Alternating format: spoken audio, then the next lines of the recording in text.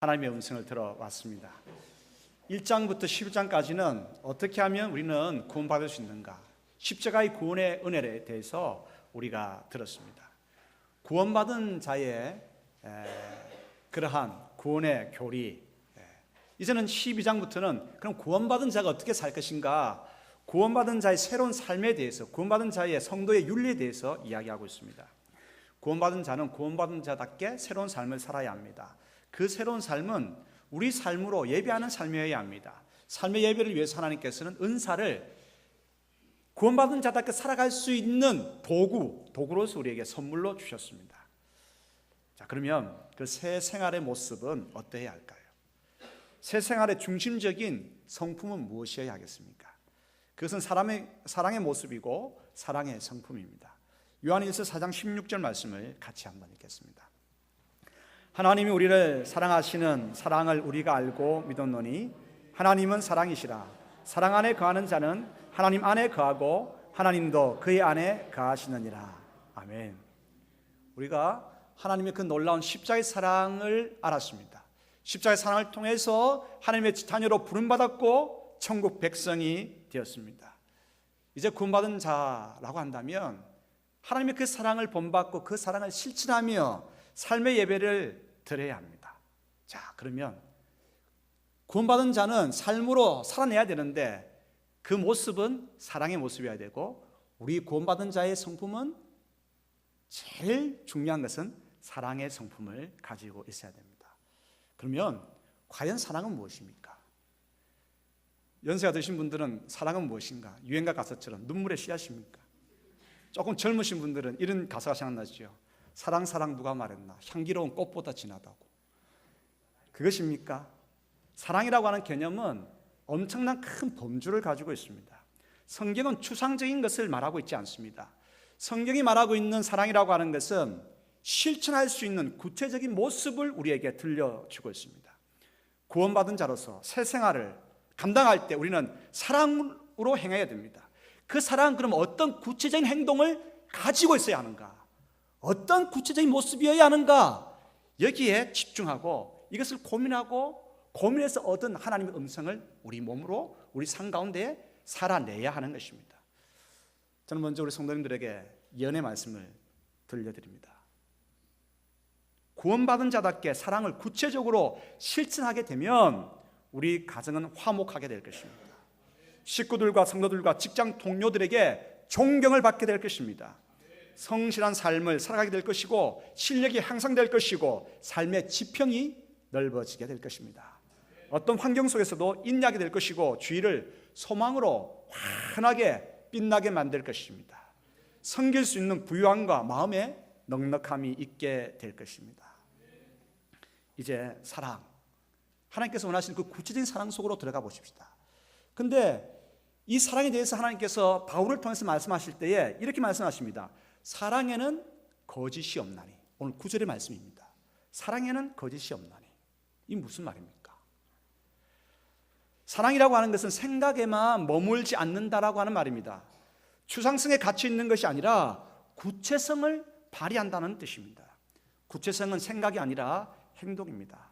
행동도 이거 실현할 수 없는, 실현 불가능의 행동이 아니라 바로 여기서 실천할 수 있는 작은 행동입니다. 우리는 큰 행동만 생각하고 어떤 큰 추상성에만 갇혀 있을 것이 아니라 사랑, 그 사랑은 오늘 여기에서 실천할 수 있는 작은 행동입니다. 사랑하는 사람에게 이렇게 말할 수 있죠. 내가 저 하늘에 있는 달을 따라 당신에게 주리라.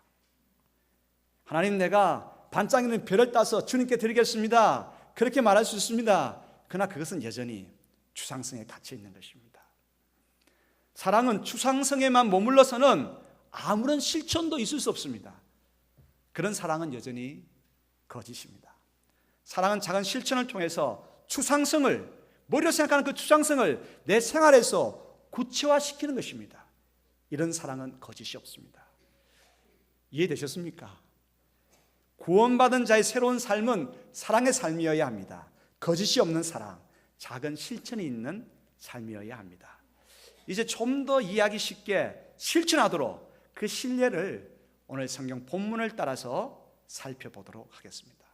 하나님께서 오늘 우리에게 말씀하십니다. 첫 번째 교훈입니다. 악을 미워하고 선에 속하라고 말씀하십니다. 사랑은 뭡니까? 사랑은 악을 미워하고 선에 속하는 것입니다. 직장에서나 각종 모임에서 따돌림이 있을 수 있습니다. 일본의 이시메, 우리나라의 왕따. 근데 이 따돌림은 전 세계 곳곳 어느 곳에서나 옛날이나 지금이나 그리고 미래에도 따돌림은 여전히 있을 것입니다. 인간이 마음이 못됐기 때문입니다. 혹시 우리 성도님들 따돌림 당한 적이 있으십니까? 어떤 생각이 드셨습니까? 모르긴 하지만 모욕감이 생겼고 분노가 차올랐을 것입니다. 따돌림은 하나의 악한 행동입니다. 직장에서 따돌림 당하는 동료를 보면서 불쌍한 마음을 가지고 챙겨주는 그런 삶 살아야 되겠죠. 그런데 그 따돌림 당한 동료를 챙겨주면 그 직장에서 우리 또한 따돌림 당하게 되어 있습니다. 그것이 아주 못된 이 악한 공동체의 모습이거든요. 너도 한번 같이 당해보라고 하는 것입니다. 우리는 머리로서는 무엇이 악이고 무엇이 선인지 다 잘 알고 있습니다. 그러나 오늘 지금 여기에서 하나님께서 우리에게 말씀하십니다. 사랑에는 거짓이 없나니. 그럼 어떻게 해야 할 것입니까? 지금 이 순간 결단하고 교회 문을 나서면서 실천해야 됩니다. 따돌리는 악한 행동을 하지 않을 뿐 아니라 따돌리는 그 행동하지 않는 것은 당연한 것입니다. 성도라고 한다면. 그럼 한 걸음 더 나아가야 됩니다. 따돌림 당하는 자들의 친구가 되어 주어야 합니다. 이것은 결단이 필요합니다. 그러므로 나 또한 따돌림 당하는 자들을 챙겨줌으로 인해서 나 또한 따돌림 당할 수 있지만 사랑은 거짓이 없어야 합니다. 선을 행하시기를 축복합니다. 두 번째 하나님께서 말씀하십니다. 사랑은 무엇인가? 형제를 사랑하여 서로 우애하고 우정을 갖고 가고 존경하기를 서로 먼저 하는 것이 사랑이다라고 말하고 있습니다. 형제를 사랑해서 깊은 우정을 만들어가는 것 중요합니다. 이것이 사랑입니다. 오늘 성도 간에 이런 깊은 우정이 있기를 축복합니다. 식구들 가운데도 부부 사이에도 깊은 우정이 있기를 축복합니다. 성도들 가운데도 이웃 간에도 깊은 우정이 있기를 소원합니다. 내가 사랑해서 지금 우정을 만들어가고 있는 그 대상이 비록 지금은 하나님을 알지 못한다 할지라도 이런 작은 사랑의 실천으로 말미암아서 그 우정이 깊어진다라고 한다면 그 사람은 지금은 예수님을 알지 못하지만 그 깊은 우정으로 말미암아서 예수 그리스도를 알아가게 될 것입니다. 나중에는 그가 하나님의 사람으로 멋지게 서게 될 것입니다. 이렇게 사랑은 형제를 사랑하여 서로 우애하는 것이고 또한 사랑은 존경하기를 서로 먼저 하는 것입니다. 존경한다라고 하는 것은 무엇입니까? 남을 자기보다 훌륭하게 여기고 그렇게 대하는 것입니다. 훌륭하게 여겨야만 존경의 마음과 행동이 따라오게 됩니다. 나보다 못하다고 생각하면 행동도 마음도 따라오지 않습니다. 훌륭하게 여기는 것이 중요합니다. 이 측면에서 저는 사랑이 없는 목사입니다. 지난 주일 오후 예배 마치고 광고 시간에 제가 찬양대 대원들이 가운 입고 막 함부로 밖에 왔다 갔다 하는 모습 때문에 제가 화를 버럭냈습니다. 점심 식사 준비 때문에 그렇죠. 사실 점심 식사 준비하는 것은 참으로 수고로운 일입니다. 힘을 쏟고 시간을 들이고 애를 써야 합니다.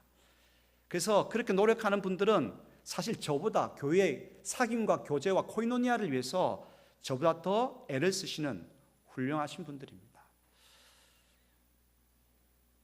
힘을 쏟는 그것을 인정하고 칭찬하고 격려하는 것이 존경인데 저는 그러지를 못했습니다. 잘못한 점만 가지고 호통을 친 것은 사랑 없는 목사의 덕이 부족한 까닭입니다. 용서하시기를 바랍니다.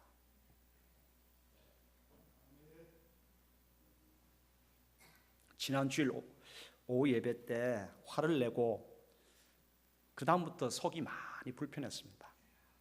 오늘 강단에 오르기까지 마음이 많이 불편했습니다.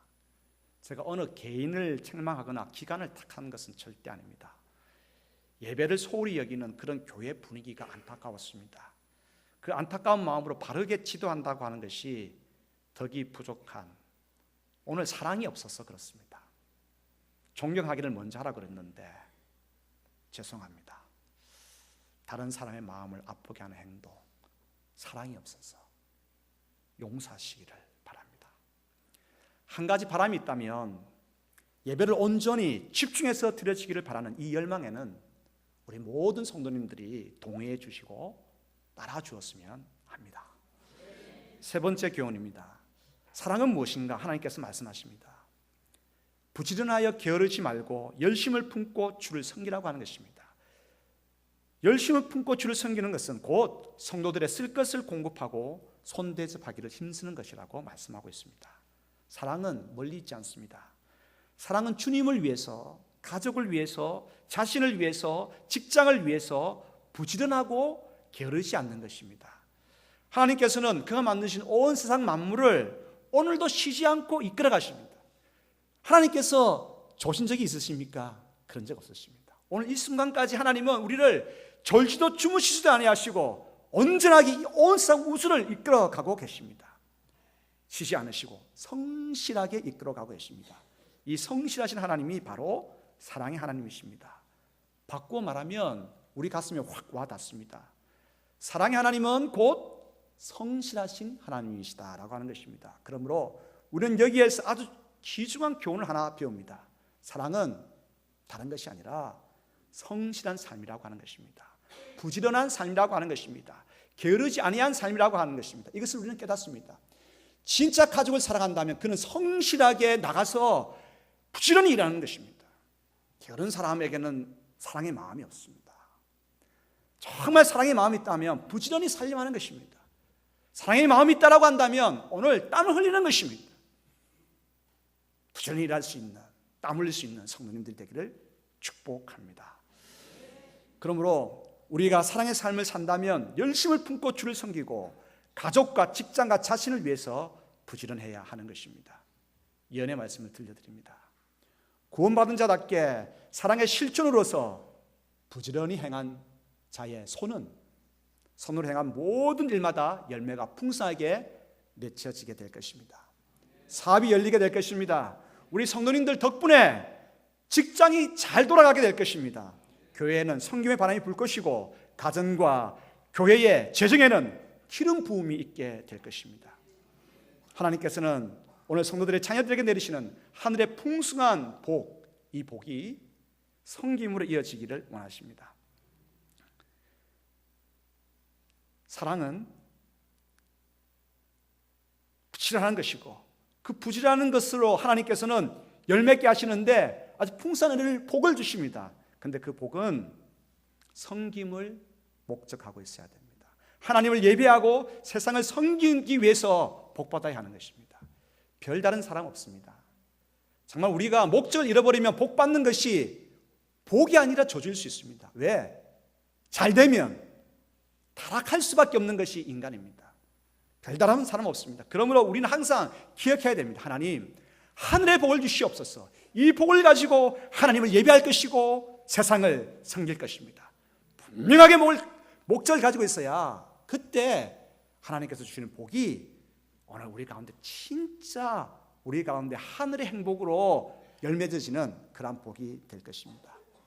그러므로 이러한 측면에서 사랑은 무엇입니까? 사랑은 받은 복을 흘려보내는 것입니다. 그래서 성도들의 쓸 것을 공급하는 것이 사랑입니다. 구제하고 나누어 주는 것입니다. 또한 사랑이라고 하는 것은 손대접하는 것입니다. 봉사하는 것입니다. 축복합니다. 우리 성도님들 모든 나의 가진 것으로 인해서 성도들의 쓸 것을 기쁨으로 감당하고 대접하는 것을 즐거이 행할 수 있는 우리 성도님 되시기를 축복합니다. 네 번째, 주님께서 말씀하십니다. 사랑은 뭔가?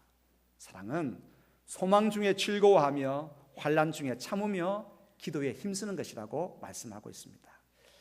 달라 보입니다. 세 가지 요소가 담겨져 있지만 같은 맥락을 가지고 있습니다. 소망 중에 즐거워해야 환난 가운데 끝까지 참을 수 있고 끝까지 참는 자는 다른 사람이 아니라 기도하는 사람이라고 하는 것입니다. 거짓 없는 사랑은 무엇입니까? 어떤 환난과 역경 가운데서라도 참고 소망을 품고 기뻐하는 것입니다. 로마서를 통해서 우리는 사랑이라고 하는 구체적인 개념을 배웁니다. 사랑은 추상적이지 않습니다. 멀리 있지 않습니다. 사랑은 역경 가운데서 참는 것이고 소망을 품는 것이고 기뻐하는 것이고 그러므로 기도하는 것입니다. 고린도전서 13장 4절의 말씀을 같이 읽겠습니다. 사랑은 오래 참고, 짧아서 한 번 더 하겠습니다. 사랑은 오래 참고, 할렐루야. 그래서 사랑은 오래 참는 것입니다. 갈라디아서 5장 22절 같이 읽겠습니다. 오직 성령의 열매는 사랑과 희락과 화평과 오래 참음과 자비와 양성과 충성과. 그렇습니다. 사랑이라고 하는 것은 기쁨을 선택하는 것입니다. 오래 참는 것입니다. 상황이 좋고 미래가 보일 때만 오래 참는 것이 아닙니다. 그 반대로 거친 풍랑이 있고 강한 지진이 발생하고 적대 세력이 침공해 올 때도 조급하거나 불안해하지 않고 오래 참는 것입니다. 오래 참을 뿐만 아니라 그 환경은 곧 끝날 것이고 역전될 것이라고 하는 소망을 가지는 것입니다. 지금 우리 성도님들의 삶이 어떠합니까? 풍랑이 일고 있습니까? 지진이 막 와가지고 삶을 흔들어대고 있습니까? 적들이 와서 우리 삶을 침공하고 있습니까? 그래서 우울하고 슬픔 가운데 좌절과 낭만 가운데 있습니까? 축복합니다. 좌절과 낭만은 마귀가 주는 것입니다. 사랑하십시오. 사랑은 희망을 가지는 것입니다. 소망을 가지는 것입니다. 즐거움과 기쁨을 선택하기를 바랍니다. 터널의 이 공간의 어두움은 곧 끝날 것입니다. 밝음이 우리 가운데 확 밀려오는 터널의 끝을 지날 때가 있게 될 것입니다. 이 슬픔은 반드시 끝이 있습니다. 이 역경은 반드시 끝이 있을 것입니다. 끝이 있음을 믿고 희망을 가지고 소망을 품는 것입니다. 희망과 소망을 품을 때에 그때 내가 서 있는 곳에 어떤 역사가 있습니까? 환한 밝음이 빛나게 되는 것입니다. 그러므로 교회는 이 시대의 희망입니다. 이 시대의 소망입니다. 교회가 있는 곳마다 어둠에 타락한 물결이 있다 할지라도 그 흐름을, 그 어둠을 밝히고 역전시킬 힘이 교회 가운데 있기 때문입니다. 축복합니다. 우리 성도님들의 삶마다 오늘 이 예배를 드리고 난 다음에 가정에 돌아가서 가정이 환하게 빛나기를 소원합니다. 애들이 말 안 듣고 같이 사는 사람 좀 잘했으면 좋겠는데 속상하게 만들고 그렇더라도 어떻게 합니까? 소망을 품으십시오. 기도할 때 하나님께서 우리의 기도를 들으실 것입니다. 가정이 환하게 밝아지게 될 것입니다. 직장을 밝혀내는 성도님 되시기를 주님의 이름으로 축복합니다. 그러므로 사랑은 소망 중에 즐거워하고 환난 중에 참는 것이고 그렇기 때문에 기도하는 것입니다. 오래 참는 자는 기도하는 사람입니다. 내가 이 만난 이 환난 가만히 보니까 내가 이겨낼 수 없는 환난입니다. 그래서 오래 견디고 참고 인내하고 끝내 승리할 수 있는 힘은 내 속에서 나오는 것이 아님을 고백하는 것입니다. 그 힘은 끝내 승리할 수 있는 힘은 내 속에서 나오는 것이 아닙니다. 하나님께로부터 나오는 것입니다. 땅으로부터 나오는 것이 아니라 하늘로부터 나오는 것입니다. 그래서 은혜이고 그래서 기도가 필요한 것입니다. 나에게는 오래 참을 낼 수 있는 힘이 없어요. 환난 가운데서 기쁨을 선택할 수 있는 그러한 능력이 없어요. 그래서 기도하는 것입니다. 그래서 기도하는 것입니다. 사랑은 무엇입니까? 환난 가운데서라도 참고 소망을 품고 즐거움을 선택하는 것입니다. 그리고 기도하는 것입니다. 친구를 위해서 보증을 서준 집사 네 애가 있었습니다. 그런데 친구가 사업이 부도나면서 보증 서준 그 집사 네 애의 집이 날아가 버리고 말았습니다.